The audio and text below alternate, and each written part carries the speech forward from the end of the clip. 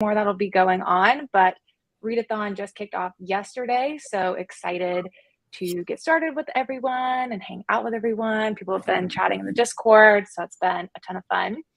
But as people are coming on, let us know how the Readathon's going for you. What are you going to be reading today? What number book are you on in the Readathon? And we will be sharing what we're reading too. But first, I'm going to let the other co-hosts introduce themselves, just in case you're unfamiliar with them. So why don't we start with you, Elizabeth, just introducing yourself and your channel and tell us what you're reading today. Okay, sure. I'm Elizabeth. My channel is Reading Riley, like a Rye Smile. I like to read thriller and horror, and I also sometimes like more like sci-fi type stuff. Every once in a while I read something fantasy, but it's been a while. Yeah, I like psychological stuff. I like psychological horror, social horror, psychological thrillers. I like trying to figure out why killers kill. I'm very interested in like breaking down human nature and understanding people. So that's kind of a focus of my channel, I guess. And I am reading Temper by Lane Fargo. I'm about 40% into it, and I like it so far. It's she wrote They Never Learn, which was a big hit last year. Oh my God, I just got something in my eye. And this one's about an actor in Chicago that gets his part with this director who has a little bit of interesting techniques when it comes to acting. And he kind of pushes his actors maybe a little too far. But it's going good so far.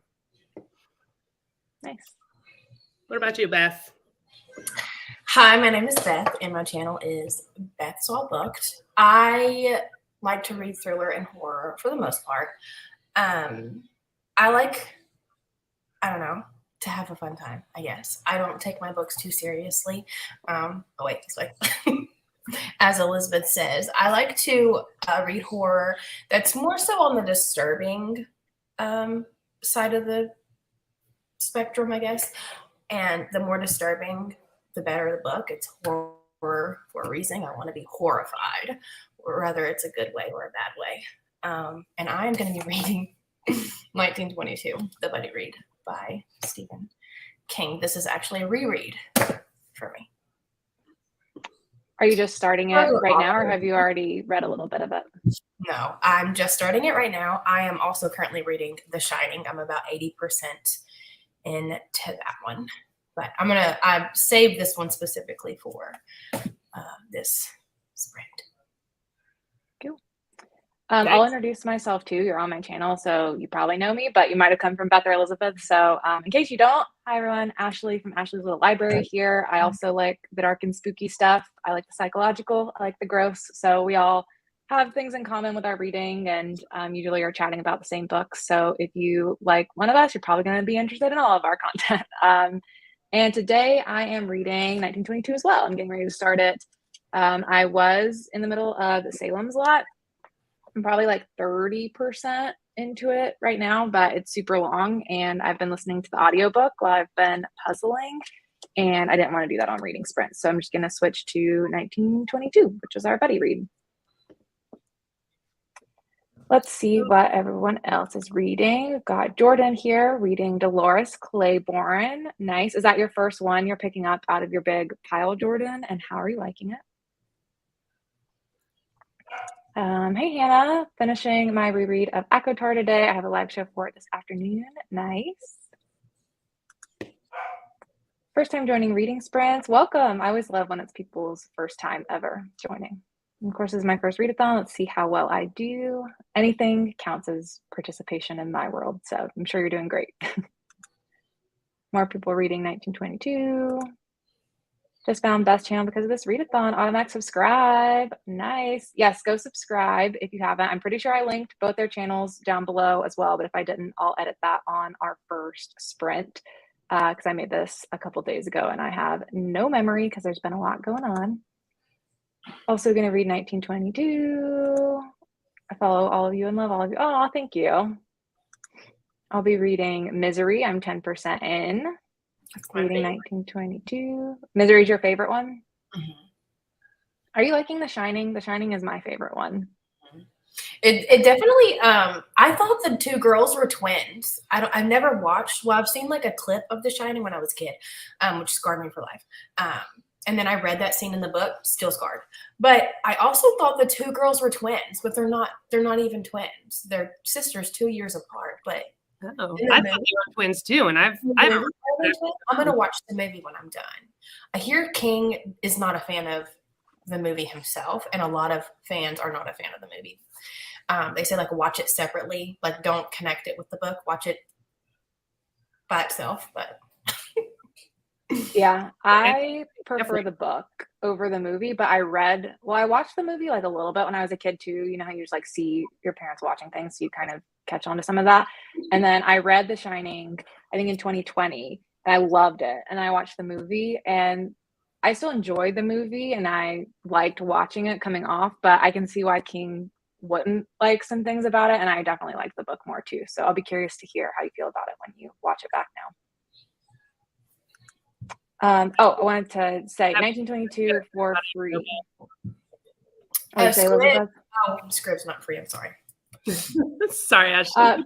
You can get a free trial though for Scribd if you haven't gotten it yet, or the library. It's in his collection, Full Dark, No Stars, as well. So if you can have access to that book, you can check that out too. Reading Fairy Tale. Have you finished that one, Beth? Yeah. And it's good. It's a good one. It's the main character is 17 years old. So I think it's like it'd be good for a person that's younger and wanting to get into horror, because it's not like terrifying, scary at all. It kind of reminds me of Percy Jackson minus like gods and stuff. There's no gods or anything, but he like goes to a different world on this adventure, and they have like this terrifying game that they have to do, and it was a good one. I like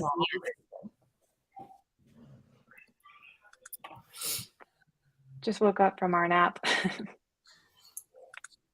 1922, I read 45 pages on my breaks at work yesterday, hoping to finish during the sprints. Nice.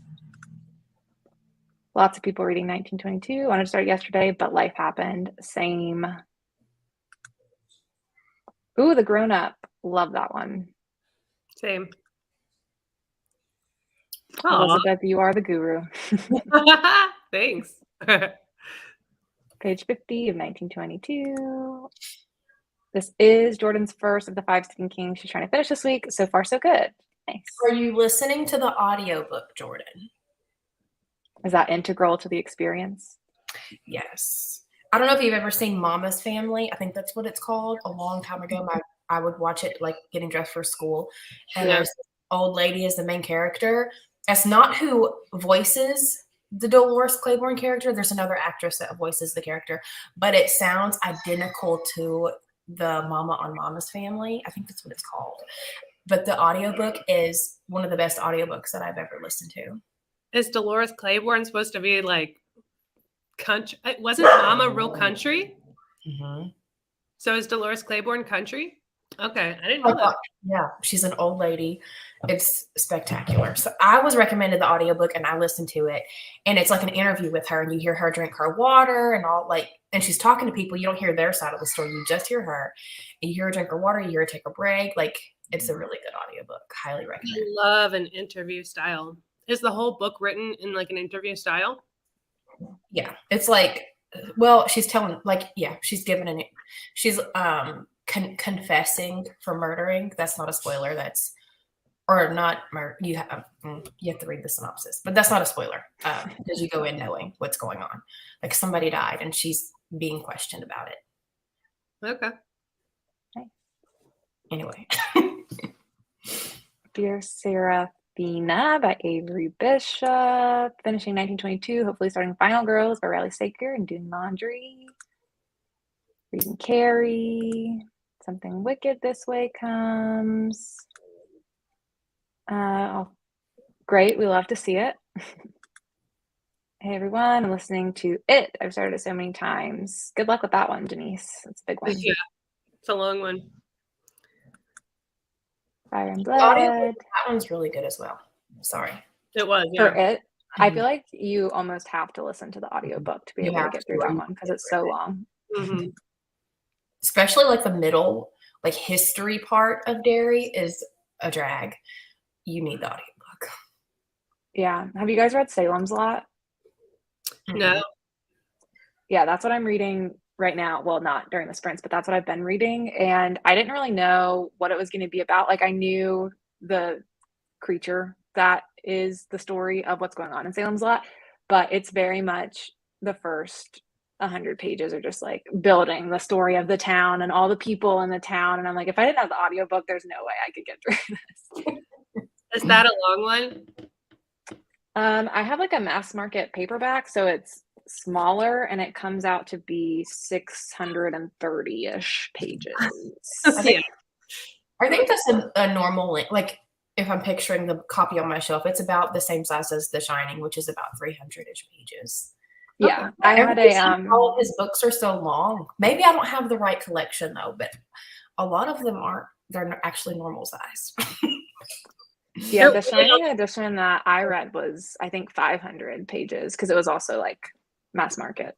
I have the hardback and it's only like 300 and something pages. So not that bad. Yeah, it really depends on how it's printed. Yeah. Now I did just read 11/22/63 and that was a beast. And Fairy Tale's like 600 and something pages. So he does have his long ones, but sorry. Reading Misery, the very first Stephen King. There's a lot of people who are reading their first Stephen King with this readathon, which is really cool. That was my first Stephen King book. I don't remember what my first was. I think mine was It. Oh, that was a choice. Mm-hmm.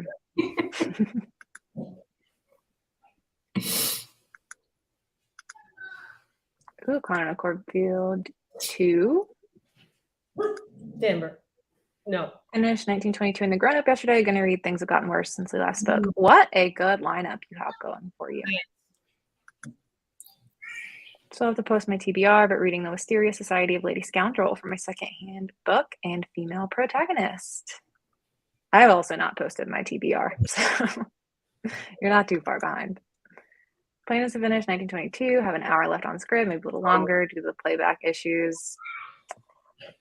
Those playback issues. I was having a rough time with the Scribd. Yeah. What's going on? Yep, get a free trial of Scribd and then cancel it by the end of the month, especially if they keep having all the issues that they're having. Yep. I wouldn't blame you. Finishing up Look Closer. I don't know what ZLib is. It's an online library, but all right. It's kind of like LimeWire. Oh, if you will. Oh, it's like a torrent thing. Kind of, yeah. Some of Stephen King short stories you can find online for not illegal ways, I think. Almost finished Insomnia. Not sure what I will be starting after that. Nice. My third book of the readathon, The Burning Girls, which will also be my 100th book of the year. Okay, first of all, killing it on your third book. The Burning Girls, amazing choice. And 100th book of the year. Great job. Speaking of, I'm going to ask you. I just read this book. Didn't you read this book too? I've read that too. What was your rating on this? Okay. I think I give it 4 stars. Okay. Well, I read it and I was like, I think this is the one Ashley really likes. So I'm going to read this one first. And I was very unimpressed. Really? The Burning Girls is my favorite. Okay. Then I picked the wrong one. It was really slow and like nothing was happening. And it's not what people make it out. Like they say, I don't know. I don't know. I was expecting like a killer was in town and people were getting slashed, and it's not. It's different. Yeah, it's not. I wouldn't call it a slasher. Well, the way people pitch it, they're like, these drawings are left outside or show people where other people have been killed. And I don't know. It's definitely not that. I mean, it is that, but not that. I don't know. But anyway. Did it feel like a Stephen King book to you? Because I think C.J. Tudor's writing, especially The Chalk Man and the second one, The Hiding Place, those both feel very Stephen King-ish. Yeah. I kind of, yeah, a little. People compare it to it. I didn't see it just because there's a group of boys, maybe. I don't know. But I did also read that people in the UK call her the UK Stephen King. And I could see. I can see that. She tends to add like pop culture stuff in there, and like horror culture stuff, which I liked. And I just love her writing. And I liked that one that it was dual timeline. It was dual timeline for that one, right? The Chalkman? Yeah. I think so. Yeah, because you got to see them as their kids. As kids and then as an adult, right? Yeah, I liked that one. If you didn't like that one, you probably won't like The Hiding Place because they're pretty similar. And then I haven't read of hers. You haven't read that one? No. I think that was the last one that I read. I think I read The Chalkman and then The Hiding Place. Oh, no, I read them in publication order. So I read The Chalkman and then I read The Hiding Place. And I was like, this feels very similar to what I just read. And then The Other People is really different and fun and cool and talks about something I don't see a lot in thriller books, which I thought was cool. And then The Burning Girls, I just love the religious horror aspect of it too. And I just like how she leans. Like, it's mostly a thriller, but there's horror elements in it as well. And then she's got this short story collection coming out soon that sounds like it's going to be even more horror. So yeah, I like that one. So those are her only 4 books. I recently added a book to my wish list by her, but I thought it was an older book that I've never heard of. But maybe she has there's another one coming out soon, The Drift. I think it comes out early next year. Oh. You might have seen that too. Maybe that was what it was. There was nothing against the writing. It was just so slow. And it took forever to get to like anything juicy. Yeah, it's more of kind of like a mystery, I feel, The Chalkman. 1922. Hey, hold at your library. My goodness. 1922 in the Mist yesterday, starting the Amityville Horror today. Nice. I haven't read Amityville. I haven't read that one. I'm glad somebody else knew what I was. I used to watch it as a kid too, but I think probably some of these people are too young for that. Totally adds to the story. Nice. Good Rich People. That one's fun. Lots of people reading Insomnia too. Or maybe this was a duplicate message. Yeah, I think that was her that mentioned it before. Just like another. I want to read that one soon. That one was interesting. I have mixed feelings on it. Oh. The author's really sweet though. And sometimes like the authors make me feel different about books. I don't know. Yeah. Like if I really like the author, I tend to like their books more than, I don't know. Yeah. You give them grace. Yeah. I do that with Karen Slaughter, I've noticed. Yeah. Like with Karen Slaughter, I'm like, you know what? It doesn't really matter what she writes. I'm going to rate it well. I think there's only been 2 books by her that I did not give 5 stars. And I hate admitting that when people are like, did you like this book? And I'm just like, well, this is my favorite. But I don't want to say that out loud. Yeah. I can't let her hear that potentially because I'm trying to be her best friend. I felt like that about that Lucinda Berry book that I just read, the cult one, and I rated 3 stars. Like I still appreciate it. I still love like a lot of things about it, but I didn't like the ending, so I couldn't. So Lucinda Berry follows me on Instagram, but this was before I even knew who she was. Like before I even read any of her books. And so now I'm very like, this is, I guess, is a downfall of being a book influencer when they follow you on Instagram. Yeah. It's like, I'm terrified to say something bad about any of her books because I don't want to hurt her feelings, even though like, I still put my rating on there, but I'm just like, oh, well, I don't want to hurt her feelings now. So I'm going to just not read her bad books yet. Yeah, it's awkward. She follows me on TikTok. She's on TikTok too. Yeah. She comments on my stuff on TikTok as well. Yeah. She's very careful about that TikTok that I made about that book. It's so surreal when like they start interacting with you. It's like, oh, you are a person. I forgot. Yeah. And it's tough because you try to be honest in your reviews. You don't want to like oh, it's a 3 just because you know they're watching. If you're like, I really didn't like this one. Mm-hmm. But Just check out my Goodreads. That's where I'm really honest. That's what the T is.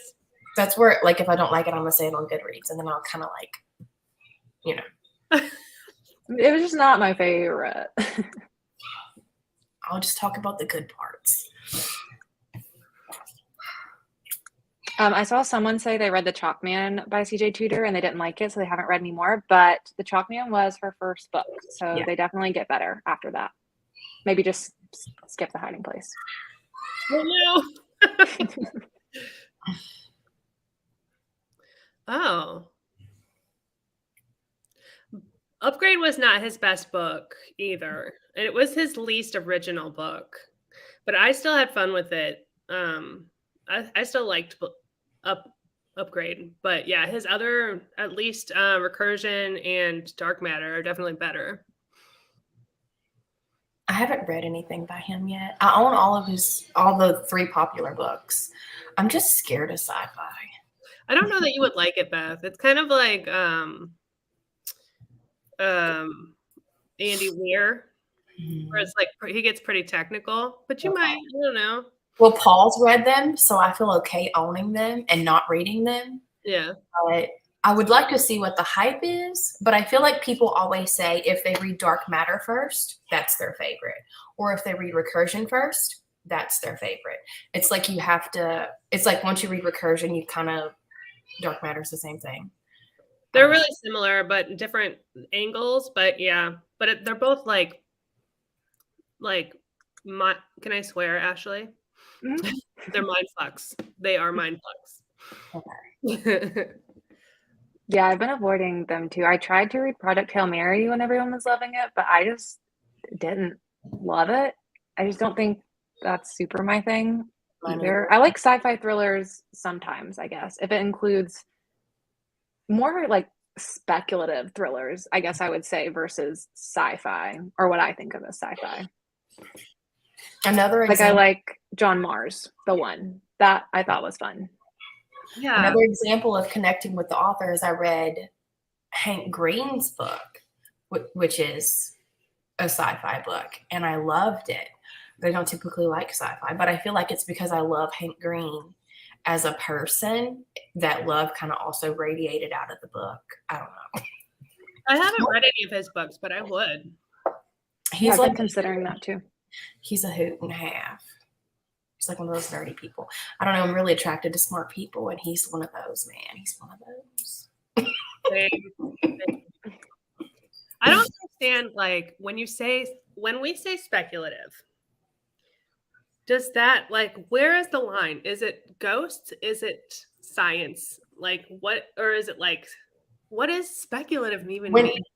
I'm not a smart individual, but in my brain, speculative to me, like when people say speculative, I just think, oh, it's stuff that wouldn't happen in real life, is what I think. So like, I think of it as like stuff that could happen in real life, sort of like a 5 minutes in the future and beyond is how I think of speculative. Like Behind Her Eyes by Sarah Pinborough. Have y'all read that? Mm-hmm. So like people were like, this is speculative. And so when I read that, like that, I don't know, I felt like, yeah, but that couldn't happen in real at life. all. That's right. I'm not spoiling. And see, I don't like thrillers that are like that. No, I don't like bringing up these books because you have to be so careful what you say.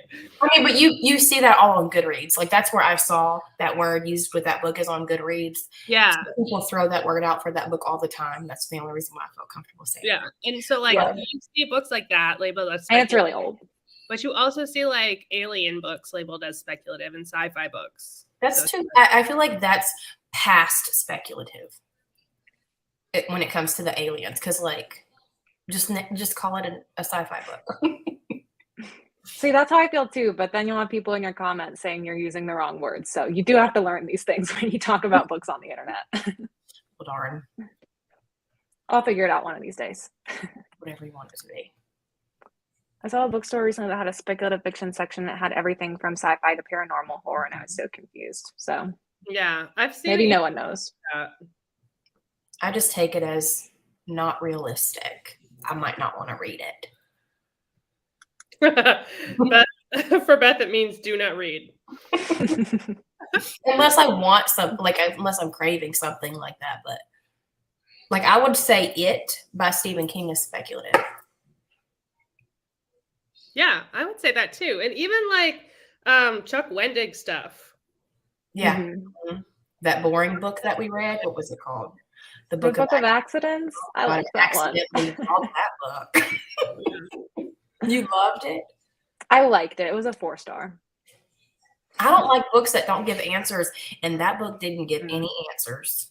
A 3-star. Me. But I have not read Dead Silence, Crystal. I don't know if I have. I have too. Did you guys like it? I liked it. Yeah. There were certain, like, I had some critiques for it, but I thought it was relative. Like, I enjoyed it. I had a good time. I felt like it was a YA book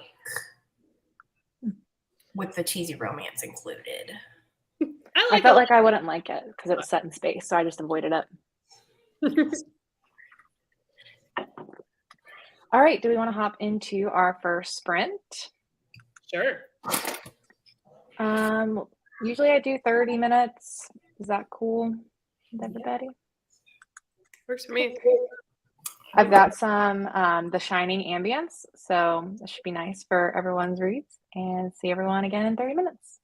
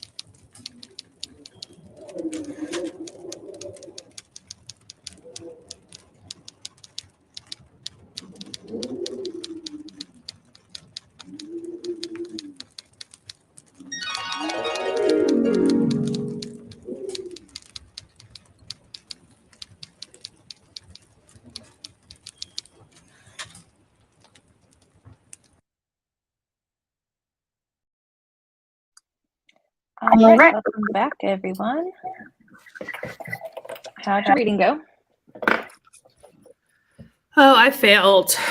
I had my Scribd messed me up again and lost my spot. So I spent most of that time trying to get back where I was, which was annoying. That's so annoying. Yeah. Which it never does that for me. I know Beth has had problems with that, but I've never had an issue with that, which is it's so weird. Now I'm having that and the playback issues, so I'm a little bit disappointed. Yeah, I'm pretty much right where I left off. So, but I have a very clear idea of what's happening. Well, that's good at least. Got a little catch up. Yeah. What about you guys? I'm on page 23 of 1922. I'm on 18. I had to reread the first 10 pages twice. Because this is his confession, him writing it. I definitely think if people aren't a fan of macabre stories, they're not going to like this book. And this book is also very character driven, which I thrive on character driven books. So which is probably why I really enjoy a lot of, I haven't enjoyed every Stephen King book that I've read, but I enjoy a lot of them because he's a very character driven author. But it makes you feel very, it's like you can feel the misery, Yeah. Which I think I'm liking it so far. Serving the purpose of a horror book. It's I want to read to feel miserable. It is full of dread, and I'm this is for sure not a spoiler because it's the first line of the book, right? A gruesome crime. Yeah, that's part of the synopsis. This is his confession of. Right. Everyone knows, the very first line is, "I killed my wife." So that is very clear. I'm in the middle of the killing scene, and it is freaking brutal. Yeah. It goes on so long, and it's so and it makes you feel for gory. Because it's he's 14, which I guess I didn't realize that the first time that I read this book. I didn't realize how young he was at the beginning because this expands over 8 years. So he but it's not the worst thing that happens to the poor baby. But it's when I read Full Darkness Stars, which is where this book comes from, at the very end, Stephen King comes on to the audiobook and does the end acknowledgments, and he talks about how he wanted or how he wrote the book, and every story in that book is about ordinary people going through extraordinary circumstances and the choices that they choose or the decisions that they make and how it affects everybody involved and what have you. I thought that was really interesting to listen to after I read the book. It makes sense. Yeah. Are you doing the audiobook too, or are you not? Yeah. I don't know if I'm not. Ordinary people in that story. I mean, ordinary setting, maybe. Oh, well. Psychologically less ordinary than most, I would say, is the dad. Yeah. Yeah, they're all, I don't think there's a single likable character in this book, but I think it's written to be that way because a lot of people, I know they were feeling bad for the wife, but she's written for you not to like her, because at first you want to, I don't know. At first I kind of was okay, so we're supposed to feel a little kind of pity for the husband, but you're not. I feel no pity for him whatsoever. It immediately makes you hate him. He's just the way he thinks about his wife and other people and the things he's telling to his son to bring him. And you also have to take in consideration that this is set in 1922. Right. Yeah. But yeah, they're all gross, even the people that they encounter through the entire book. But I feel like that's done purposely. For sure.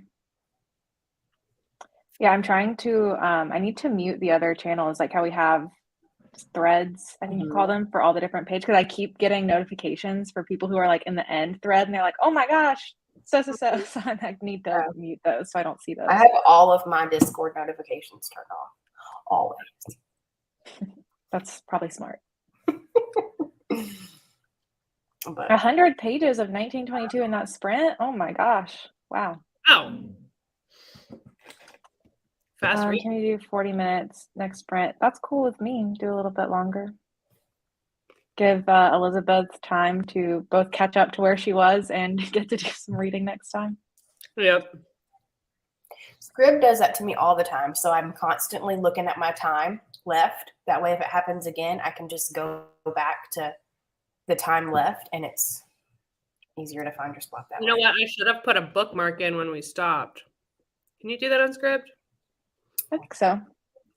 I don't know.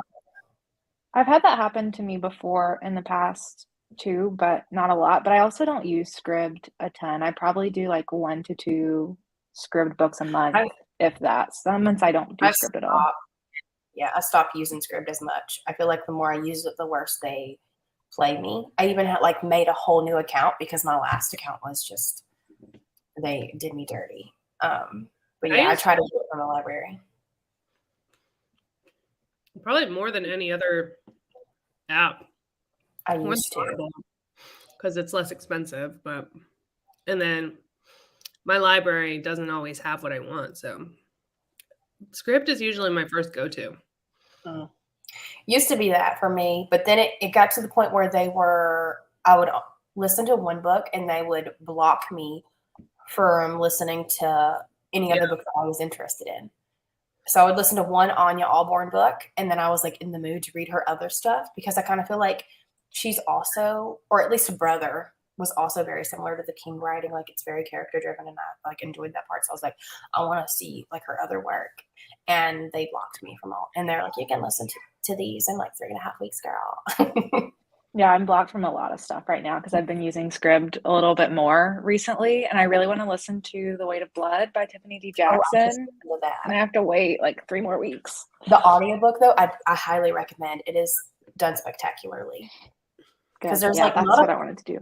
Not a podcast element, but a radio show element, and like you have 2 different narrators for the radio show, and then it has like transition noises going from the story to the radio show, and there's different voices. It's like a whole cast of people. It was a good book. I don't like the romance in it, but it was a good book. But I forget that YA, like they throw romance in everything. And usually also a love triangle.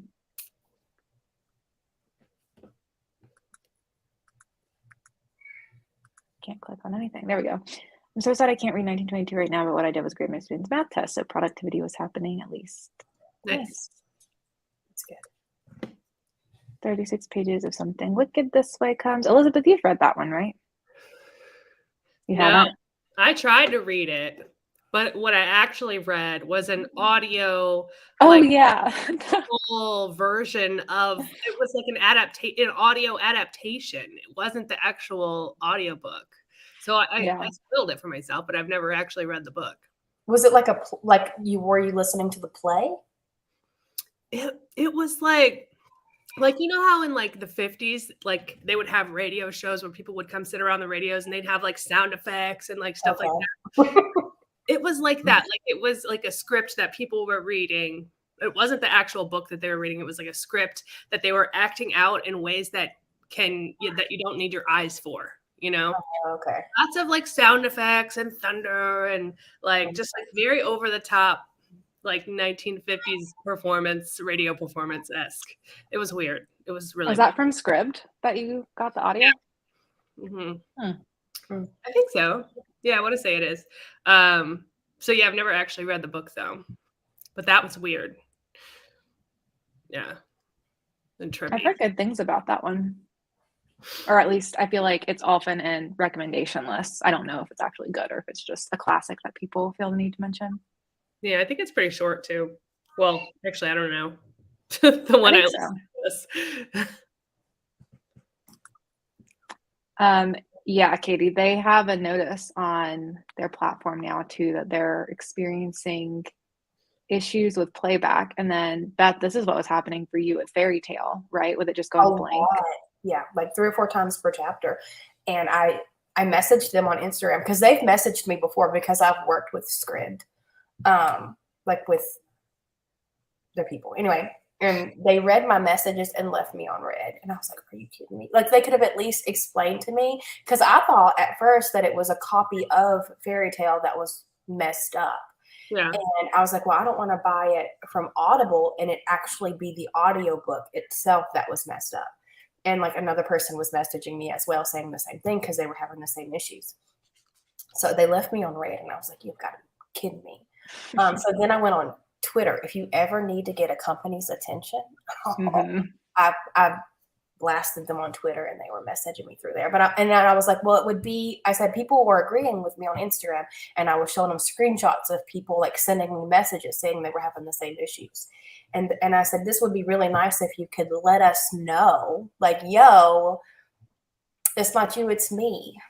But and they are now, so I guess they took that to heart. But I was getting pissed because it was like in the action scenes of these parts in the book, because like there's this whole competition thing going on in Fairy Tale, and like right when the good part gets there, the battle, it's like cuts out, and you can rewind it and it still cuts out, and I'm like, are you kidding me right now? And then I would close the app and I would pull it back up and it would start me all the way at the beginning of the book, and I'm like, this is a 20-hour fucking book. Yeah, and imagine too if you use Scribd a lot, like if you depend on it for all of your reading, you don't have physical books in front of you. That would be so frustrating. I guess that's what you're doing right now, Elizabeth, because you're just using the audio. It did that for 1922 for me, and it's done it with Temper as well, but not as much. Usually it's like 5 or 10 seconds that skipping, so it's like I can figure out what I missed in context, but yeah, it's not fun. No. Well, hopefully they get their shit together soon. Yeah. Last Housewife, nice. I enjoyed that one. 60 pages into Dear Serafina. This is an epistolary style novella told through letters and progress notes. So it's been a super quick read. Nice. I don't know that one. Who wrote that? Epistolary style books. I'm into it. It also just started storming out of nowhere here, so this is going to be very nice for my reading ambience. Dear Serafina is by Avery Bishop. It says for fans of Pretty Things and The Guest List, which I'm a fan of both of those books. Huh. But it doesn't have a cover on Goodreads. It's just blank. Oh, that's weird. Is it brand new? You know how the second slide usually tells you that? That is also blank. I actually did not know that. I always go to book details to figure out when it's released. Oh, I just slide over and it tells you the page number and everything. Yeah, it says like page count, year released, and publisher. But I do notice that when you add books like that to your, like as you're reading it and you complete it, and then there's no page number, at the end of the year, when you have like your total pages read this year, those pages are not added to that total number because they weren't included. So that's, just know that. Because Paul was like, I read more pages than you. And I'm like, that's Goodreads is a lie. It also depends on like what edition you read and whatever. This sounds really good. It's like an obsession story. Ooh. There's it's a psychological suspense following a glamorous young actress and an obsessed fan. Dear Serafina, I hope you'll write back someday soon. I know I might be asking too much. You, a Hollywood star, me, a cashier at this small town grocery store. But the thing is, Serafina, I have information I think you need to know. And don't worry about how I got it. Just remember, I'll do anything in the world to protect you. So it's like obsessed fan letters. Oh, it's on Kindle Unlimited too. Nice. I have to check that one out. I haven't finished 1922 yet, but I did finish my laundry, so that's a win. You're ahead of me. Nice. I haven't gotten to the cows yet, but I'll believe you that they're likable characters. I mean, yeah, they're likable. Sometimes downloading the books helps me, but sometimes it doesn't. Yeah, sometimes it helps me functionally, but it doesn't help me in terms of then I feel like they restrict me from more things. Saving them as well, I've noticed. I stopped saving so many, and I haven't been blocked as much. I usually save them, but I don't download them. Yeah, I don't download them. I like the cows. Oh. Hi, in Brazil. I think Scribd is like $15 a month, maybe 10. It used to be.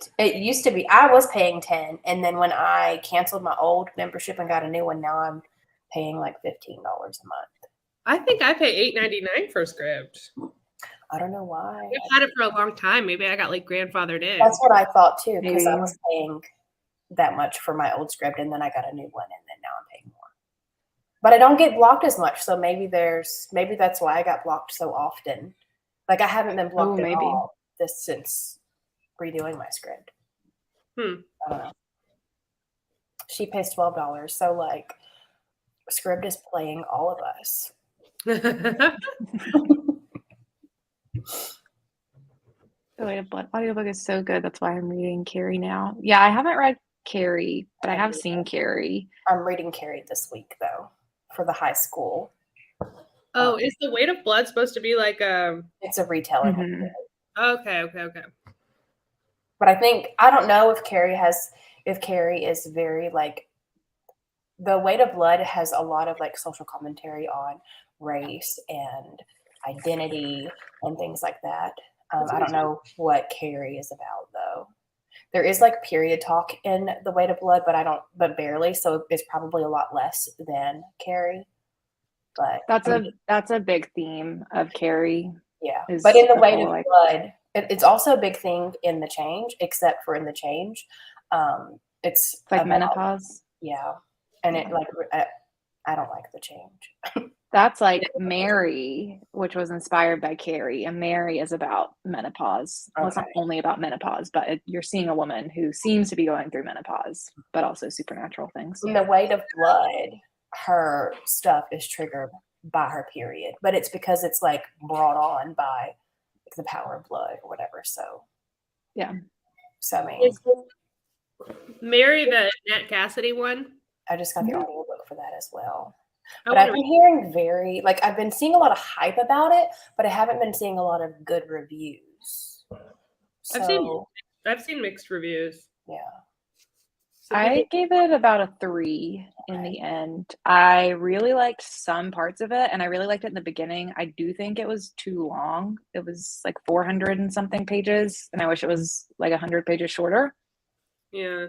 But if you like character-driven stuff, then I think you'll find Mary interesting because it's very in her head. And she's a very interesting woman, which is what I liked about it for the first 100 pages. I'm glad to hear that because I did buy the physical book. It's a good floppy paperback too. So it is. In the cover, I was really that's what I didn't even know it was a Carrie inspired retelling situation. But I bought it. I was like, oh, I like this cover. It sounds good. I'm gonna buy it, and I bought it. Mm-hmm. I didn't like something looking. It was like reading one long flowery poem. That doesn't sound great. It's better as a play, in my opinion. I saw a performance a few years ago, and it was so good. Maybe that's what you listen to, Elizabeth. That's what when people talk about that, I don't picture it as a book at all. I picture it as a play because that's when people go to New York. That's typically one of the plays that they go see, and that's why I was like, "Did you listen to the play? Maybe." It could have been. Goosebumps vibes. I don't know.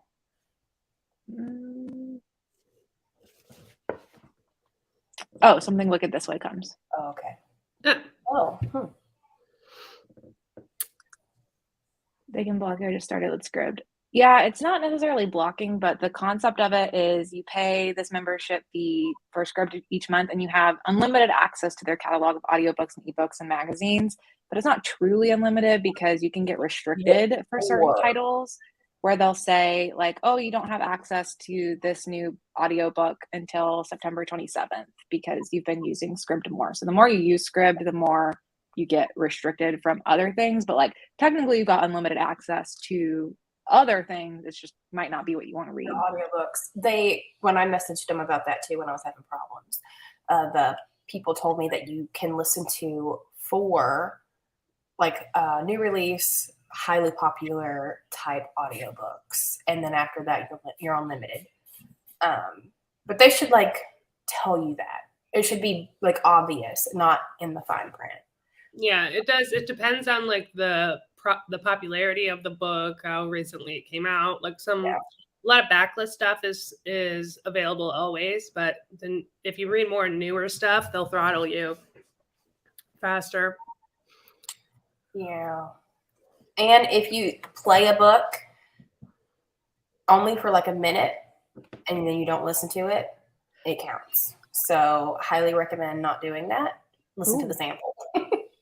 Yeah, that's annoying. Oh, awesome. Reading Killers of a Certain Age. I got the own book of the month, but I haven't started that one yet. I did too. It was like a fun old people. I don't know. I give it 3 stars. Okay. It's the author of that, Deanna Rayborn. She wrote all those Woman in the Dress books, historical, romance. Yeah. Whatever those are. She also I thought this was interesting. Historical. Like I think all of her stuff is historical. And this one, in Killers of a Certain Age, it is like you can dual timeline. And so you get, these ladies are like in their 60s, but you're also getting timeline of when they're in their early 20s, like early teens and first becoming assassins. And then when they're older, I do think it could have been a lot funnier, like Golden Girls-esque. Because it's like pitched as Golden Girls meets Kill Bill. I've never seen Kill Bill, but... Oh my gosh, Kill Bill's iconic. It's like my favorite movie ever. I'm not a big movie person, but I am a big Golden Girls person.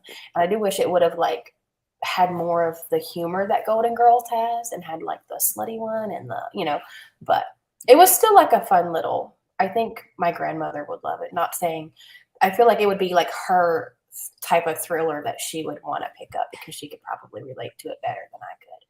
But anyway. If you want that like Golden Girls humor, you should read the Thursday Murder Club. Have you read that one yet? No, and I pre-ordered it. And so I've had it for such a long time. That's kind of Golden Girlsy. Really. And the third one's coming out and the author's coming to the bookstore by me. Oh, nice. I still haven't read the second one. I haven't read any. I haven't read the first one and I've had it since it came out. So one of these days. Also, the book that I was thinking of that this author writes is the Veronica Speedwell books. The A Perilous Beginning, A Curious Beginning, The Impossible Imposter. They all have names like that. Okay. Good to know. Starting other people's clothes. I'm interested in this one, but the reviews that I hear aren't super popular. But I think it's supposed to be a little bit of a like not in your face thriller, like a weirder book. So I might like it. I don't know. I actually have the audio for that when I started it at one point and I just wasn't in the mood for it. But I don't understand the genre either. I feel like it's like literary fiction. Mm-hmm. Yeah, I think people go into it thinking it's going to be a thriller. And I'm pretty sure that it is not. Yeah, because I think I mentioned it in my most anticipated thrillers of the year. But I think it's pitched as that because I found it on a blog, like a thriller blog. Elizabeth, are you cross-stitching or embroidering? I do that while listening to audio also. I am embroidering. I'm doing like a witchy themed kind of thing. Go with the vibes of the Losers Club. I actually looked for one of like Pennywise or something, and I found a lot that were cross-stitch, but not embroidery that I liked. I like to cross-stitch. That's my jam. I don't do it now that I have toddlers, but I used to. If anybody's familiar with cross-stitching, there's this company called Heaven on Earth Designs. I used to buy theirs, and it'd be like these huge, full coverage, beautiful, take you 2 years to do designs. And you get them framed, and they're like 4 feet tall, you know, or you can get them smaller if you wanted to. But I did a naked mermaid once, and then I sold it to someone. Nice. Anyway. I tried embroidery once, but I don't think I had enough patience for it when I was trying to do it. So I like started one project that was just a bunch of flowers, and I probably did like the outlines of the flowers, and I was like, I'm done. I like to keep like busy while I'm listening to audio, so it helps. Yeah, I've been big on puzzles again lately. What's that? I've been big on puzzles again lately. I go through phases with puzzles where I want to do them all the time, and then I'm like months pass and I don't do a single puzzle, but I'm back in my puzzle phase. Nice. People have puzzle rooms. And at first I was like, that is so weird. But then if you think about it, like I have a book room. People are probably like, that is so weird. Yep. It could be both. Alrighty, well, we go with 40 minutes for the next one. Yep. Okey-dokey.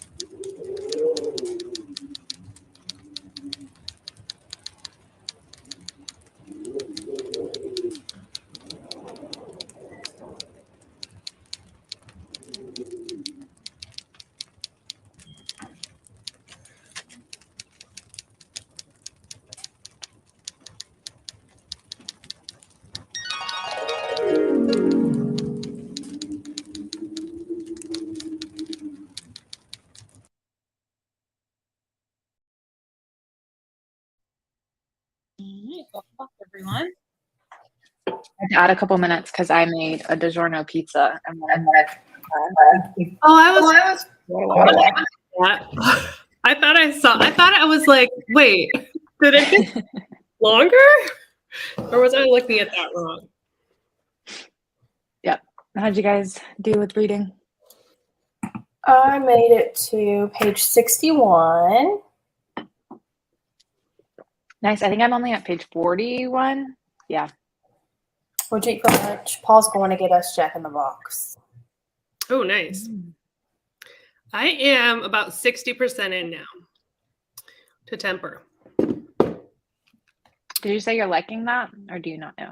Yeah, no, I think I like it. It's like we're getting two perspectives of both of the women. And I think there's some fuckery. I mean, there's always fuckery, but I haven't figured it out yet. But so I'm still here for it. It's one of her older books, right? I guess They Never Learn is her newest. So that one probably came before. Yeah, I believe it did, yes. Nice. And I'm coming along with my embroidery. Are you going to do that hand that you posted, the decomposition? What is it called? Decomposing hand? Oh, that might be a little advanced for me, but that thing was freaking badass. It was. That would be cool, though. I don't have the pattern for it, though. Sandra finished 1922, enjoyed it. First Stephen King book since trying to read it a long time ago. Never finished because of how scared I was back then. I gave 1922 3 stars and 4 rats. So nice. Yeah, I'm still liking it. I think I'm going to end up liking it decently. There's just some gruesome imagery in here, which I really like. And there's some funny parts. I don't know. Maybe it's just my sense of humor. But there was just some, I don't know. I'm pretty sure I watched the movie when it came out, but I don't remember anything about the movie. I remember the very beginning of it, and then I remember nothing else. So I have no idea what's going to happen in this. But now I'm excited to watch the movie again in a couple of days. I've never seen it. You've had it for the movie, too. I think it's like a tone thing that I didn't like about it. Yeah, I'm struggling in some parts. So we'll see. Yeah, like it just feels older in the writing sometimes. And I have to read back paragraphs sometimes to figure out what's going on just with the language of it. I think part of it is it's like a farmer's dialect from the 20s, which I'm not super familiar with because I do not encounter that often. And then it's just like, it'll get so gruesome out of nowhere that I have to read it back and be like, wait, is this what I think is actually happening? So it is taking me longer to get through. You know, when you say 1922, it doesn't feel like that long ago. But if you think of it, it's 100 years ago. Mm-hmm. Yep. I don't know if I'm getting old, but that was just, I don't know, that just kind of hit me different right there. 58 pages of Pieces of Her. Been enjoying it. Nice. 75 more pages of Something Wicked. You guys are really fast readers. Yeah, you are. Can't join the sprint because I'm at work, but wanted to pop in on my 10-minute break. Well, hey, thanks for spending your break with us. It'll be, the sprints will still be live after this, so you could always go back and watch them if you wanted to see what you missed. I've been catching up on the live show you were talking about Scribd. Here are my tips. I save every book I'm interested in. I always start the month with a new release or a very popular book because, and I don't see the next message yet. So we'll be on a cliffhanger. 36 pages of 1922. Finished it and gave it 4.5 stars. Loved that King gave us a gruesome but incredibly just ending. Nice. Does anyone else take the rats as symbolism? Because I do. I know people are like, hey, there's so many rats, but I'm pretty sure they're symbolism for something. I'm not going to say it because Ashley's not. I mean, I'm pretty sure Ashley can probably, if you think about it, you probably understand. Yeah, I think they're definitely involved in the plot in like a more meaningful way. Yeah. Like where we're reading now, I think it's normal, like rat business, you know. But as the story progresses and the rats progress, it's more so symbolism than it is. But it's like gross. But like I don't know. I like it. I like how they're coming into the story. I don't know about the symbolism yet because I'm only 40 pages in, but they're creepy. They are. It's gross. But I feel like that's horror. Like that's why you read horror is to be grossed out. That's why I like to read horror because I want to be grossed out. Same. I love how everyone's doing the cow and the rat emojis too. Page 125 of 1153 of it. Oh my gosh. You're making some progress though. Making it. Yep. I know it's really long, but I actually really enjoyed it. Like myself. I haven't read it yet. I liked it.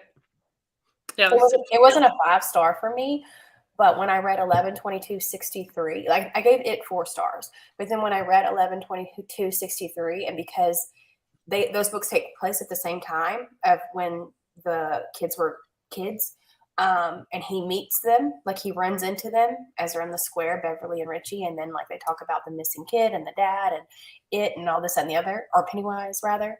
It like made me realize like how much I missed the world of it. It makes you like, maybe I enjoyed it a lot more than I thought I did. Type situation. I don't know if you have read 11/22/63. It's really good as well. I haven't, but I've seen a TV show and it was really good. I haven't read the book. The book was really good. It's like Stephen King's romance. That happens to me though too, where I read a book and I'm like, it was a 4-star, didn't feel like a 5-star, and then time goes by and you just kind of like crave being back in that world and reading it again. You're like, I don't know, maybe I did like it more than I thought I did. It just like sticks with you. Yeah. I keep telling myself one summer I'm going to read it, but it was not this summer. Maybe next one. It'd be one to like piece it off, you know, like read 100 pages a week or something and spread it out. Someone said, why is everyone reading 1922? That is indeed our buddy read for the Readathon. What if it wasn't though? What if we were all we'd all just been craving 1922. Welcome to the cult. I enjoyed 1922. Can't wait to watch the movie. Gerald's Game is also on Netflix. I'm kind of wanting to read the book first. The preview to Gerald's Game. It looks good. Yeah, and Gerald's Game is one of those books that take place at the same time as another book as well, which it takes place at the same time as Dolores Claiborne. So there's overlapping with those two. I haven't read Gerald's Game. It's on my TBR. I'm starting it when I'm done with The Shining. But I've heard. Okay. Yeah, I watched that. I remember like the first half, but I don't remember what ends up happening in the end, but it was very intriguing just with the premise. It was very cool. Read one long chapter. Do you guys read fantasy? Sometimes. I haven't read fantasy in a long time though. Beth and I both used to read a lot more fantasy, I think. Well, I lied to you. I just read Fairy Tale, which is a fantasy. Yeah. But the fantasy that they're talking about, it's been a hot minute. I've read all of Sarah J. Maas's books, and I've read the first book of Mistborn by Brandon Sanderson. But when I first started my channel, I only read fantasy until I discovered how much I loved thriller, which led me to horror. A lot again. I also read Empire of the Vampire by Jay Kristoff, which is a very character-driven fantasy, and I really loved it. I even cried reading that book. It's just a lot of fantasy that has tons and tons of world building. I don't give a single shit, you know? So I tread lightly when I think about fantasy or think about picking it up, rather. I don't. But Sarah J. Maas is a different type of fantasy. Yeah, I've read the ACOTAR books, except for the most recent one. I didn't get all the way through that one. I haven't read any Brandon Sanderson. No, And then Oh, I read The Priory of the Orange Tree, which is a big, well-known fantasy book. I didn't like it, but I was proud of myself for getting through it. I remember when you read that. Didn't you read Fantasy was Jason too? I haven't. Mm. I watch a lot of fantasy booktubers though, because it's like one of those genres that I wish I could be a fantasy girly. You know what I mean? Mm. Mm-hmm. I can't. Fantasy booktubers are hardcore. They are. They're like really hardcore.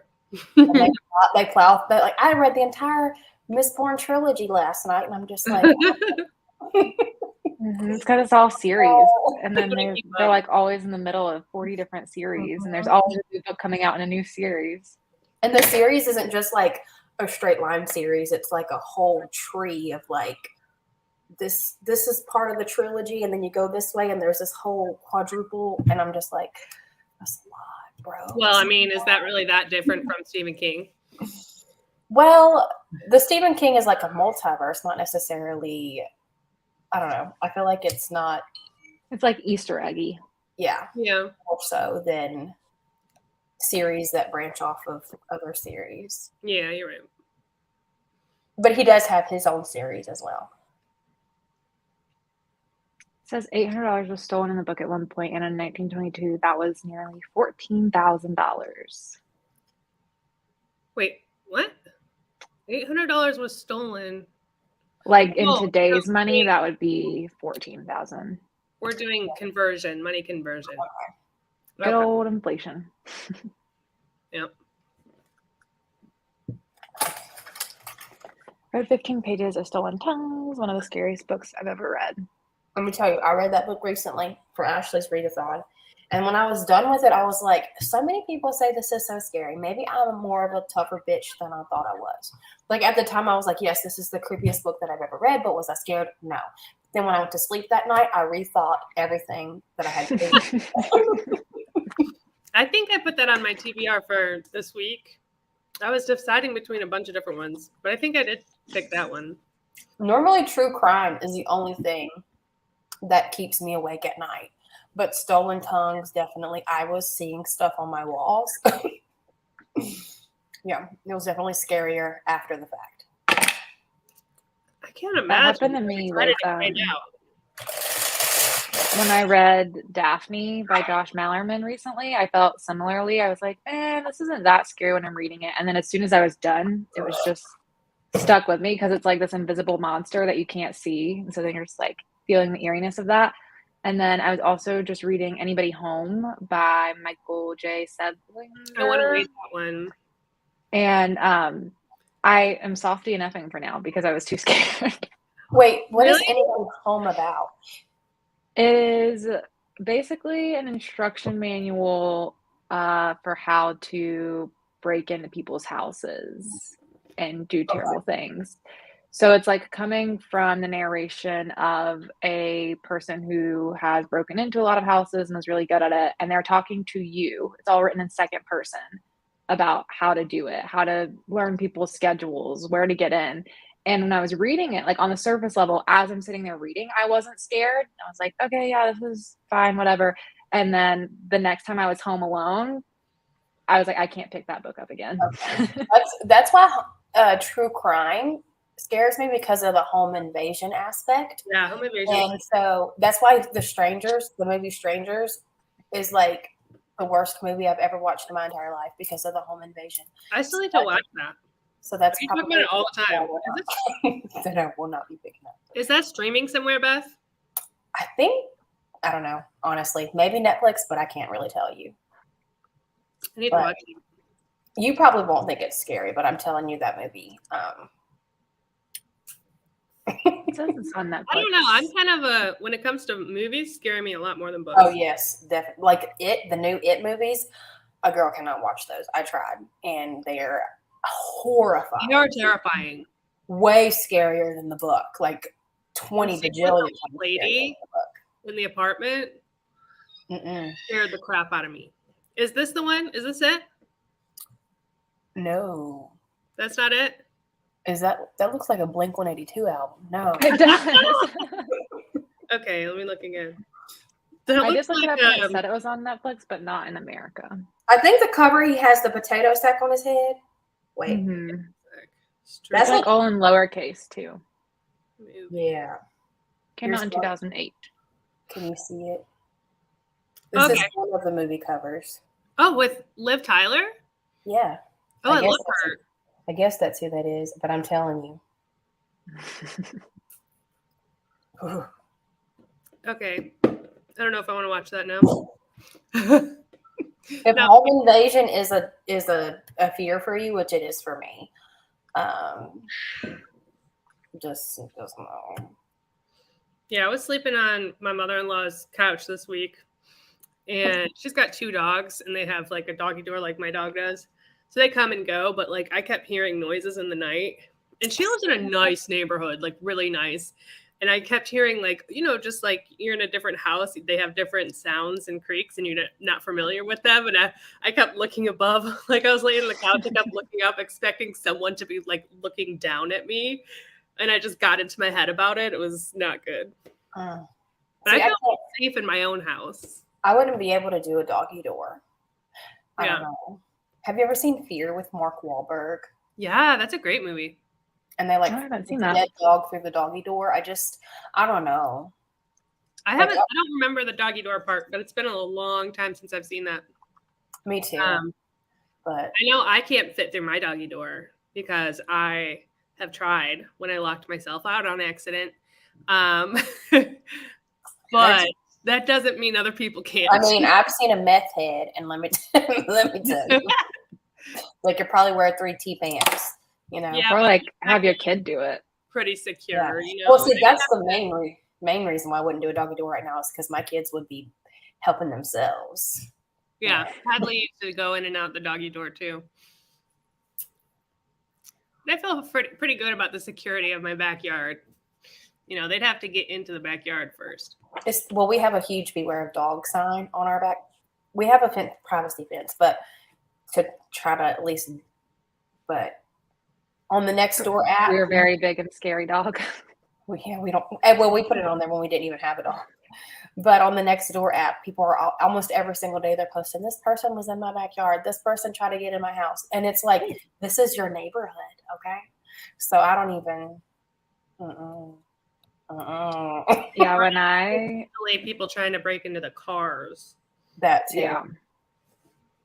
When I lived in Philly, I had the Citizen app, I think it's called, and I had to get it off my phone because it was just making me too nervous because it was constantly houses everywhere being broken into, cars were being broken into, people were getting stabbed, people were being held at gunpoint, all just 2 blocks away from me all the time. And I was like, I would rather not know. Some of that stuff you can't even you have to take it with a grain of salt as well, because some people will be like, this random Joe knocked on my door trying to stab me. Yeah. He was probably there to check your meter or something, but it's still like in the back of my brain, I'm like, is this meter reader going to come and try to stab me too? I had to delete it off. It's terrifying. It's sad that you want to blind yourself to that, but sometimes for your mental health. Yeah.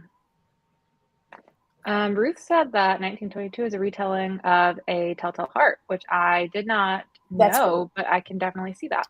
Yeah, that's what the rats. I didn't want to say anything because I didn't know if that would be considered a spoiler or anything, but the rats eat them up, so it's like guilt.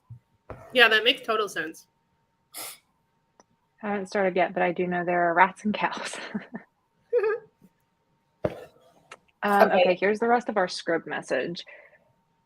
So it was saying something about saving them. I know it'll be unavailable later on. I mark as finished every book I read, and I click on hide finished titles to see what's still available. Every time I read a book, the list gets shorter, but it takes about 9 books a month to make all my saved books unavailable. If I only read 5 books that month, I still check out a saved book available and skip to the end to read it the next month without using credits. I'm not really following that, but hopefully people who need that are. But usually, after I read them, I'll unsave it, so it's not saved in my my home list. I probably have I don't know, at least 15 or 20 books saved at any time, but I just can't. I don't read them all that when I first get them. But usually, if you save them, they'll be available for you to read. Yeah. But if you have so many saved, it takes, like, they won't let you listen to any of the new releases until you get rid of some of your saved titles. So I try not to save anything now. That way I'm not, if I change my mind. Saved on there? Yeah, I had so many saved last time, and so I was only being able to listen to one or two that weren't on my save list, and then I was blocked from all. But now I don't ever get blocked, and I think it's because I don't save anything. So I don't know. I wish there was like just a clear way of like, this is what you can do. Or just make it actually unlimited. How about that? Well, they can't do that. They wouldn't make any money. Just like Kindle Unlimited doesn't do that either. Really? Do they? Even if they were upfront about it, though, like if you get 4 new audiobooks for $8, $10, $15, however much you're paying a month, that's a way better deal than Audible or Libro. Yeah. I don't know if I believe the number 4 for new releases. That's just what the person told me when I was messaging them on Twitter about me not being able to listen to anything because they keep saying that I'm blocked. Was that a person that works for Scribd? So like I added Scribd on Twitter, and their support people followed me in order for me to direct message them. So like they have a whole separate support Scribd account that followed me. So that was them that told you that?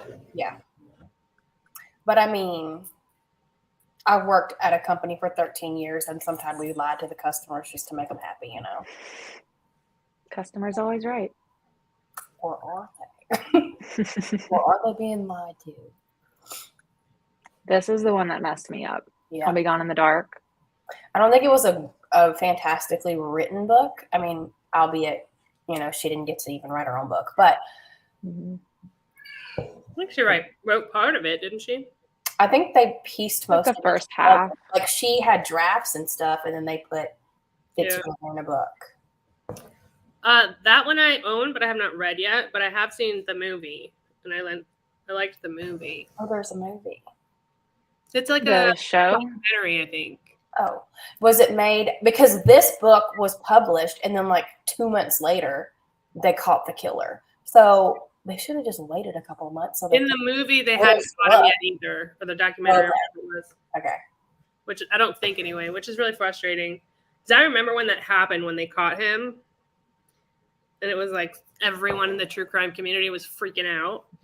And I still don't think that he has been sentenced. Has he been sentenced?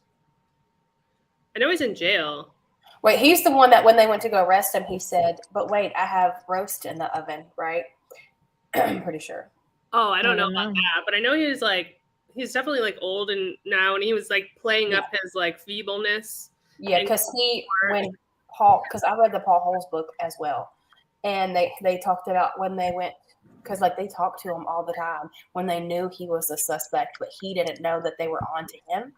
And they were like, we're here to we want to interview you about your past work in law enforcement. And like, he would give interviews and stuff, but like, they were just trying to get more information and get DNA from him. And they initially got the DNA from a car handle that he had touched. And then they went back and they arrested. That's all talked about in Unmasked by Paul Holes. So you can kind of say that that's a sequel to I'll Be Gone in the Dark, because he actually talks about how they caught him and how now they can't use the DNA because they used like the ancestry stuff to catch them, and now they can't do that anymore, which is a bummer because that could probably help in a lot of cases. But I understand that it's like they should allow people to decide. So like if I sign up for a DNA company, they should say like, will you be okay with using your DNA to help catch killers? And I'll be, yeah, sure, use my DNA. They should give you the option and not have the company choose. Because like, you know how many rape victims could get their people's caught? You know, like they could catch a lot of people that anyway, never mind. But now they can't do that because of him. I didn't know they reversed that. Yep, because of that case. Because it went against people's I mean, it does feel like an invasion of privacy, but I feel like you should be able to, because the people use that to find their ancestors. He talks about it all in the book. Like he talks about why and that, like how they went to court and everything for it. So if you put your DNA on one of those websites, you have immunity for crime from that? Well, from the FBI can't use their databases in their search or whatever. Interesting. Recommend reading Paul Holz's book. I read the audiobook. I believe if I remember correctly, he narrated the audiobook as well. I'm curious if this happened, if they did go back and add an episode after catching him. Oh. I don't remember. I don't know. I was also trying to Google what's going on with him right now and where he's at, and I couldn't get a quick answer anywhere. So I don't know.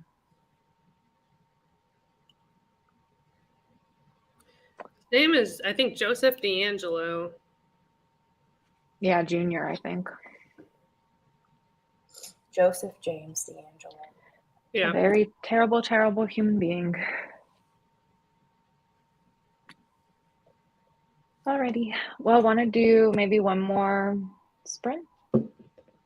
Sure. After this, I have to take a test, which I'm not looking forward to, but so let's put it off a little bit more. Sounds good. Want to do 40 minutes again? Sure. Yeah. Alrighty.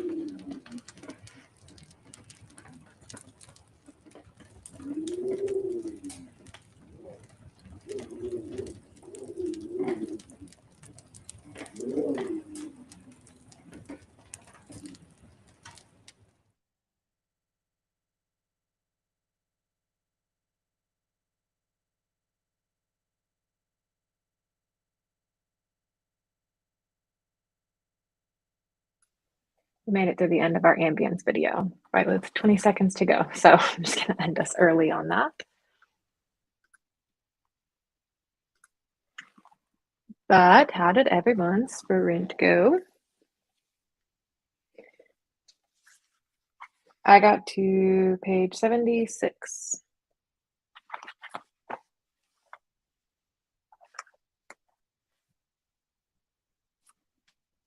I think I can't hear anything. Can you guys hear me?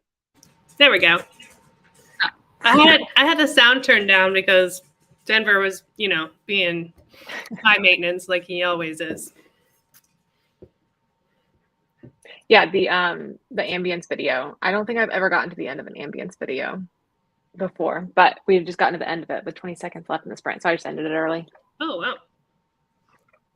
But I got to page 76 of 1922, so I'll probably just finish it once we get off the sprints. And then go back into Salem's Lot.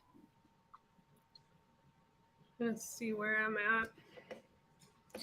There is something going on in this book that I wasn't expecting and that I'm like want to mention, but I can't because I feel like it's a spoiler. But it kind of takes it in a different direction than I anticipated. And so I don't know where it's going. But I'm intrigued. Where am I at, though? Do a bookmark. I've got an hour and 53 minutes left. It looks like, okay, I'm about 70%. Denver. I'm about 70% in. So hopefully I'll finish that. I'll finish that today and then hopefully get through part of another book today too. What are you picking up next? I don't know. Maybe the first day of spring. Ooh. That's going to be for my school setting, which I hope it has a school setting. I've heard that it does, but it's not really confirmed. So we'll see. I guess I'll find out when I start reading it. But I really want to read that one because it's got like a creepy, murderous child. So sounds yeah. I'm excited to see what you think about it because I feel like the only place I see it talked about is on TikTok from people who it's just generally talked about on TikTok a lot. So I haven't really heard anyone who I know their tastes see if they like the book. So I'll be curious to see what you think. Someone recommended it to me a while back when I did like a creepy child reading blog. And it's been like in the corner of my mind ever since. But I never they don't have the audio on Scribd. So it's one that I had to specifically, and I don't have it at my library. So I just specifically pay for the audiobook, which I don't really like to do on So I've been putting it off, but I finally did get it. And so, yeah, I'm excited to see if it's something I'm going to be into. Nice. How'd you do, Beth? I got to page 92 in my book. Almost done. Yeah. I'm probably going to finish it when we're done here, and then I'm going to continue on with The Shining, which I'm almost done with The Shining as well. Nice. I have so far to go in Salem's Lot still, I feel. It's like a 17-hour audiobook, I think, and I'm listening to it at 2.5 times speed.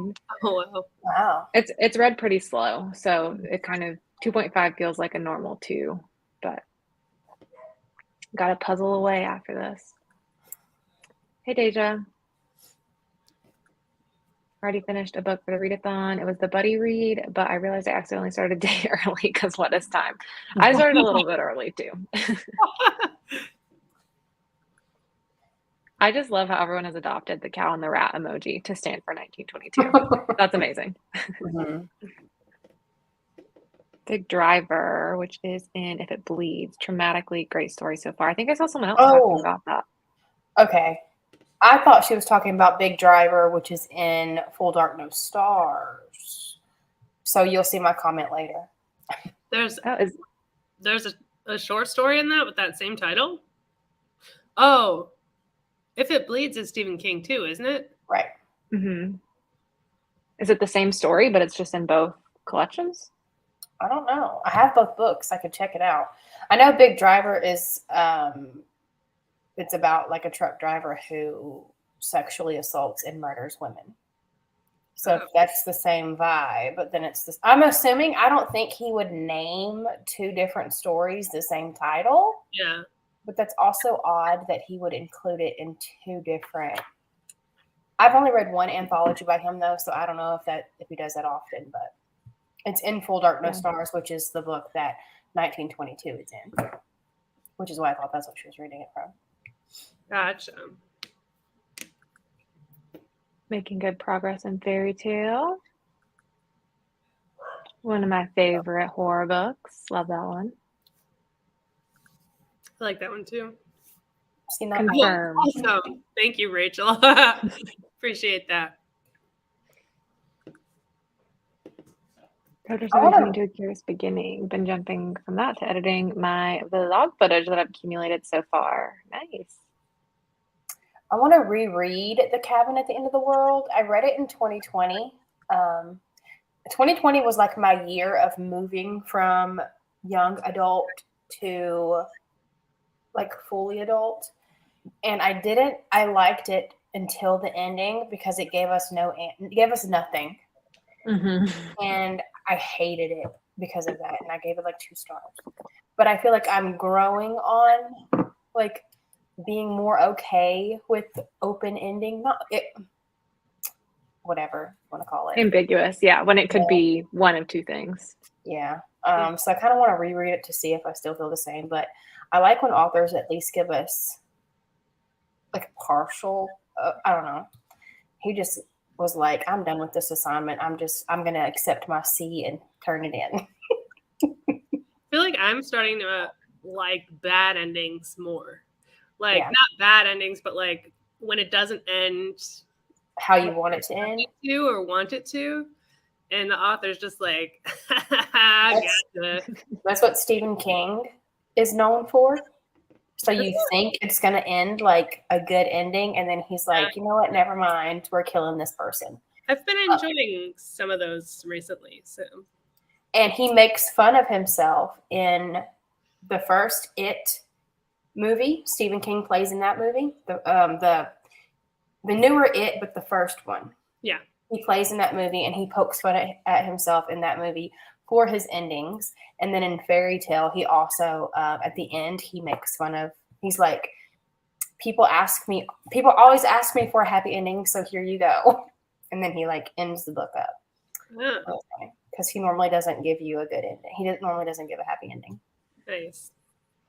I think he usually just starts an idea and goes with it too, right? And doesn't plan the ending a lot. I think a lot of authors do that. Yeah. That would stress me out. I feel like that would stress me out too. I feel like if I were to write a book, I would have to meticulously plan plot twists and everything ahead of time. That was from Full Dark No Stars. Ruth just got it mixed up. Okay. Weekend brain. Feel that. Yeah, that was an intense one. All right. Well, thanks everyone for joining us for sprints. Those were our last sprints of today, but there will be definitely more live shows and activities. I think our next scheduled thing is our Monday movie watch. Yep, Monday movie watch. It'll be on Discord.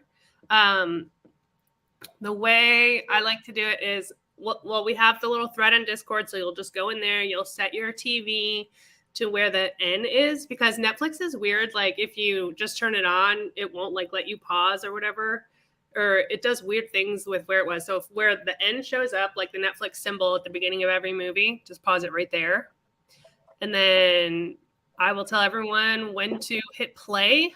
We'll watch it together. That's going to be at 7 p.m. Central, 8 p.m. Eastern, 5 p.m. Pacific. And if anyone is overseas and y'all want to plan on watching it at a different time together, feel free to do that as well.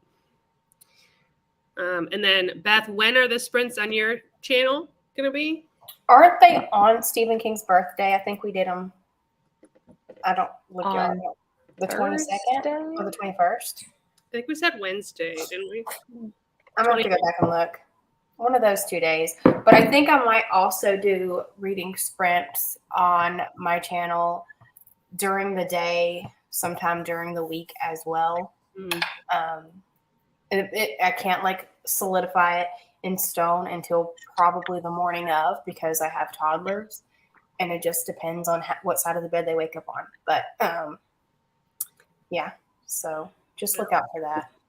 I'll probably do some kind of sprints on my channel too if I can figure it out. That's quite easy.